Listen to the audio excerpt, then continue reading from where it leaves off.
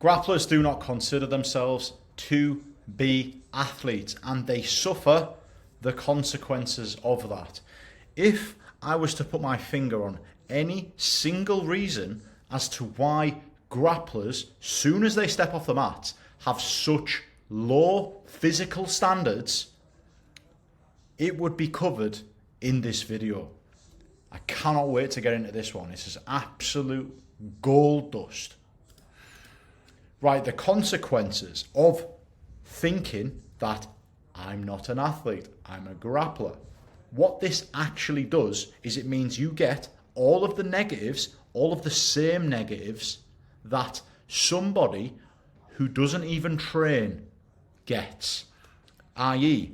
inconsistent energy, poor sleep, poor recovery, joint soreness, reoccurring injuries, looking like a bag of shit. I'm not joking, lads. This is so important, because if you think that you're a bag of shit, you're going to actually feel like one. And maybe this is like a cult type of thing. It's like, I'm not an athlete, because an athlete is football and sports and all of these different sports is a combat sport, not athletic.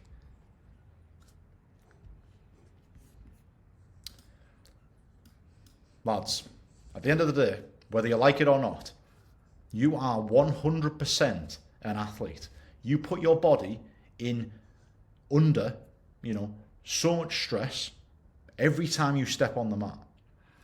There's no hiding it. It's a combat sport. You are pretty much fighting against other men on a regular basis. You are absolutely 100% an athlete, even though you don't conduct yourself like an athlete off the mats. It's not all doom and gloom, lads. Stick with me on this one. One of the biggest things that this does to people, this mindset, this self, belief, this self-identification, is you get coached. You've got a grappling coach. He's going to teach you some amazing jiu-jitsu, and you get private lessons and you get really good results, and you develop on the mats. Cool. But when you start to try and develop yourself physically, whether that is getting in shape, whether that's losing weight, whether that's putting on weight, increasing muscle mass, developing strength, developing mobility, developing endurance, cardio, by not thinking that you're an athlete, even though you're following a plan in which increases your physical abilities, after you've followed that plan and that's finished, handshake, see you later, you still don't think you're an athlete. So then you're going to fall back into all of them old habits and feel the full wrath of all of them consequences, again, of the same person that doesn't train. The inconsistent energy, back to square one. I lost weight, I then put it back on again. I gained loads of strength, I then lost it. A life filled with temporary results.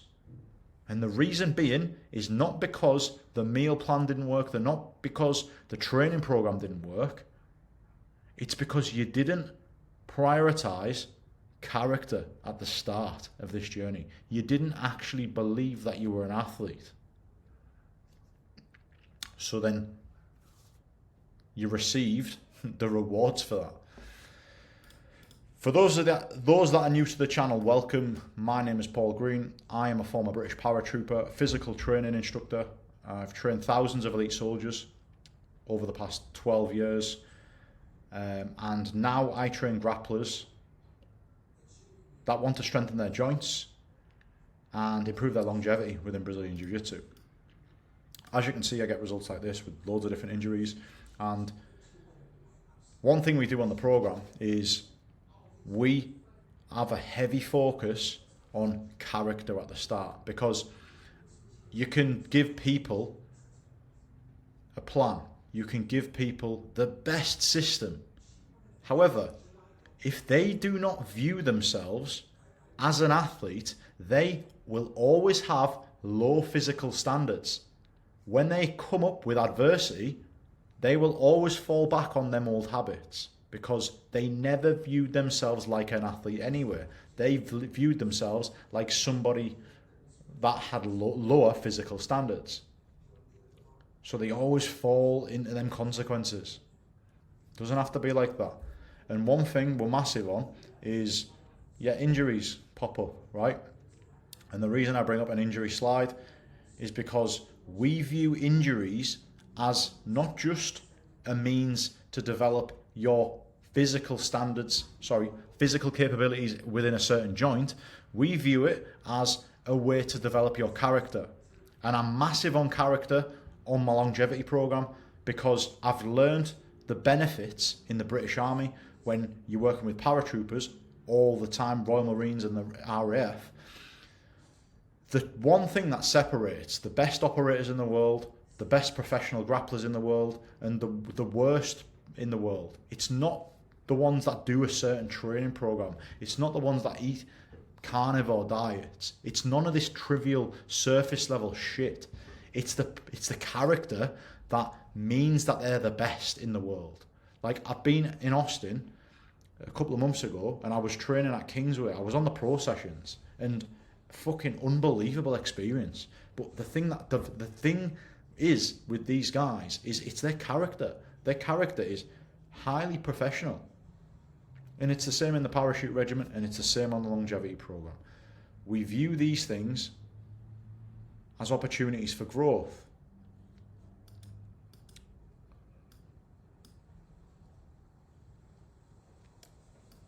Habits without identity. If you're following a meal plan to lose weight, you've got the goal, the weight cut, to get a certain division, to have a certain super fight. You achieve that because that's the mini mission. But again, soon as it's finished, back to your previous identity, thank you very much, back to the old habits and back to the consequences of them habits. Like my coach, right? It's funny how coaches have coaches. I find that fascinating. But he explains something really well. I'm going to draw it for you. He calls it the goblin chase, right? And I watched a video of his a couple of days ago. And basically he said, every day you've got 24 hours. I love this, by the way. So you've got 24 hours. I'm writing right-handed here. I'm actually left-handed on my mouse. That's weird, that, isn't it? I'm left-handed. However, I've just written a really good thing with my left hand. Right, you've got 24 hours. This is a picture of you here, right? Oh my God, that was fucking dreadful. So here's you. Every time you stick to a plan for 24 hours, love this, by the way. That was a terrible 24. You take one step forward. That is you taking a step forward, and that is you living like an athlete. I'm talking about training off the mats. You know, potential on the mats as well, absolutely. Strengthening your joints, eating whole foods that are going to develop your energy and improve your recovery, and having a great sleep. Just good habits, good athletic habits, right? They're not even athletic habits, but they're just habits that's going to develop your life. Do you know what I mean? On and off the mat, family life, you know, relationship, everything, right? So every time 24 hours of doing what is required in an athletic manner, right? Every day you live like an athlete, bosh, bosh, bosh, bosh, you move in that direction. However, there's a problem, right? Because you've got the goblin version of you, the non-athletic version of you, who's watching you, right? And he's a fucking absolute horrible bastard. And he stays there. He stays there, right? He basically, if you don't follow that, he's going to catch you up, right? And basically, the previous version of yourself is going to catch up, and he's going to keep catching up every time you slip off the boil and view yourself and live like an absolute loser. And I say like a loser, I'm talking like a teenage child. Like eating absolute shit, sleeping at 3 o'clock in the morning, playing computer games all night. Like, you can play computer games, but just stop playing them when it gets to a night time. Like, eating foods that are going to develop your energy and recovery. Eating well, not leaving the gym and going straight for an Indian. It's absolute amateur hour, right? But every day you do the right thing, you do the right athletic habit, you live like an athlete, you move one step that way, right? Every day you fail, the goblin catches you up until he's fucking attached, until he's fully attached and on your back. And when he's on your back, he's in your DNA, and it's absolutely solid to get him off, because he is you. The goblin is you. You are the goblin. And for you to make that first step forward into a life of athleticism and all of the positive benefits of that, consistently high energy, good sleep, good marriage, good strength on the mats, good cardio, good thinking, thought process, problem solving, all of that stuff. Every time you take a step forward, and then you take another step forward, and you take another step forward, and you take another step forward, the goblin becomes further away. But in order for you to take steps forward without having another meltdown, is by believing that you are an athlete. However, me simply saying that, oh yeah, believe that you're an athlete, is not enough. However, that's why this video will progress nicely and give you something to think about. Let's just... yeah. Self-explanatory, right? But I will expand on it a little bit and then move on. Athletic training demands. The demands in which jiu-jitsu places on your body are very, very sneaky, right? Because to somebody that doesn't do, this is such a funny thing, doesn't do jiu-jitsu, tongue twister, it just looks like we're rolling around on the floor cuddling each other. We do a leg lock class, it looks like we're scissoring each other.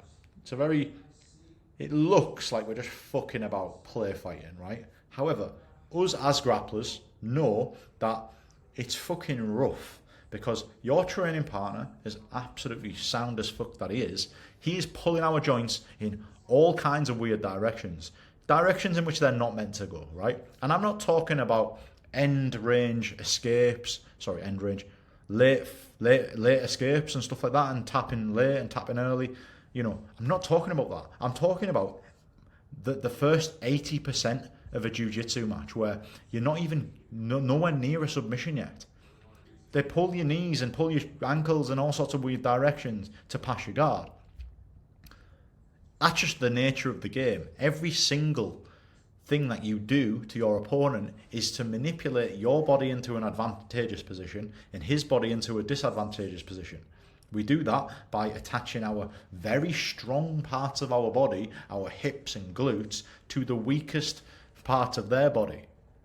We do it in the nicest way possible and very respectful. However, there's no hiding the fact that we are trying to break people's joints. We're not trying to break our training partner's joints.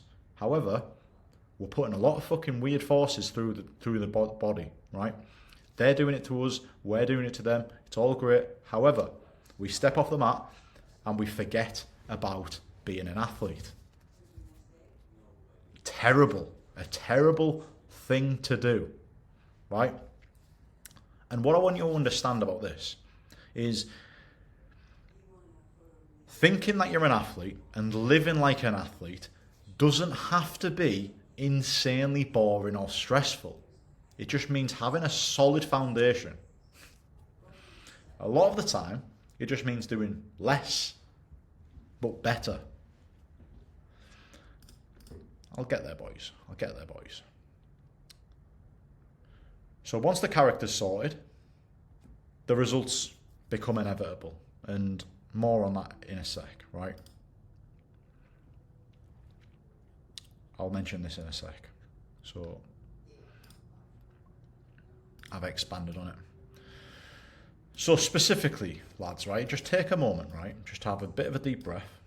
I know I'm grilling you here, but it is, don't take it personally. I'm just literally trying to help jiu-jitsu, grow, because I'm seeing my fucking mates have to step away from the mats full time, and it's pissing me off because if this stuff was in place, more common knowledge would be sound. Do you know what I mean?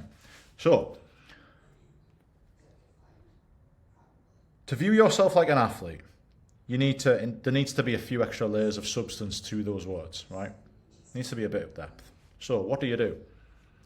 You identify what your exact mission is for the next 12 months, right?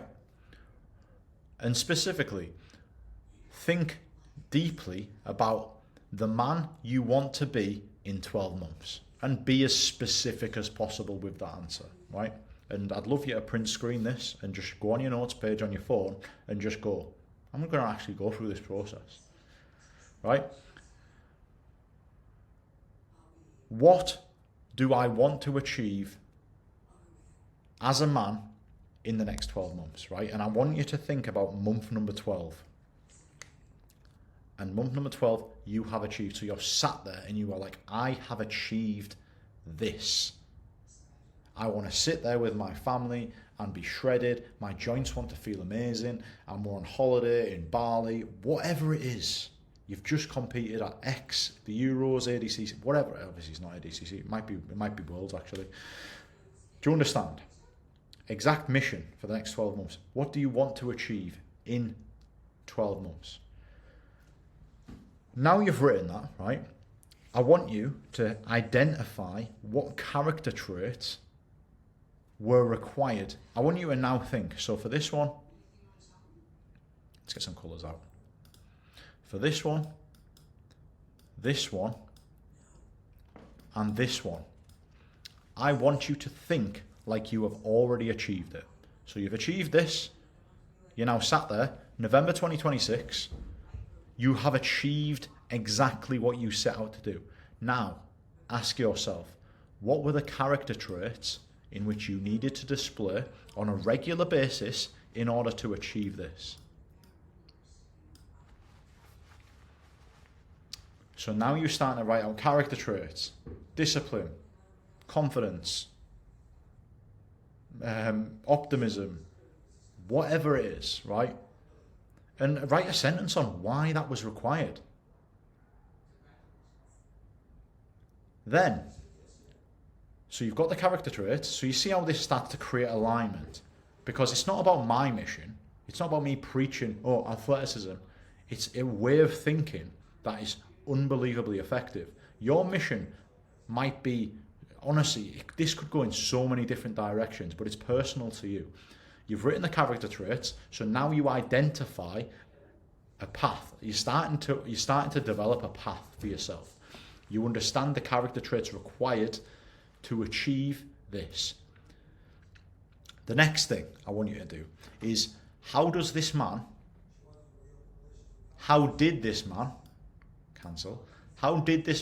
respond to adversity throughout this process? Character traits, alignment, how did he respond to adversity?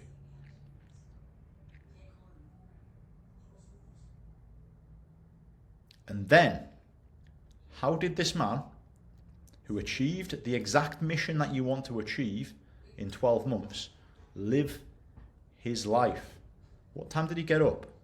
What did he have for breakfast? What did he do on the morning? When did he have lunch? What did he eat? How did he spend his afternoon? What did he eat? When did he train on a night? When did he lift weights? What time did he go to bed? How did he live his life? Once you've got all that down, you have identified the character that is required to achieve your exact mission over the next 12 months. You've identified how this man responds to adversity. And you've even written out this bloke's day.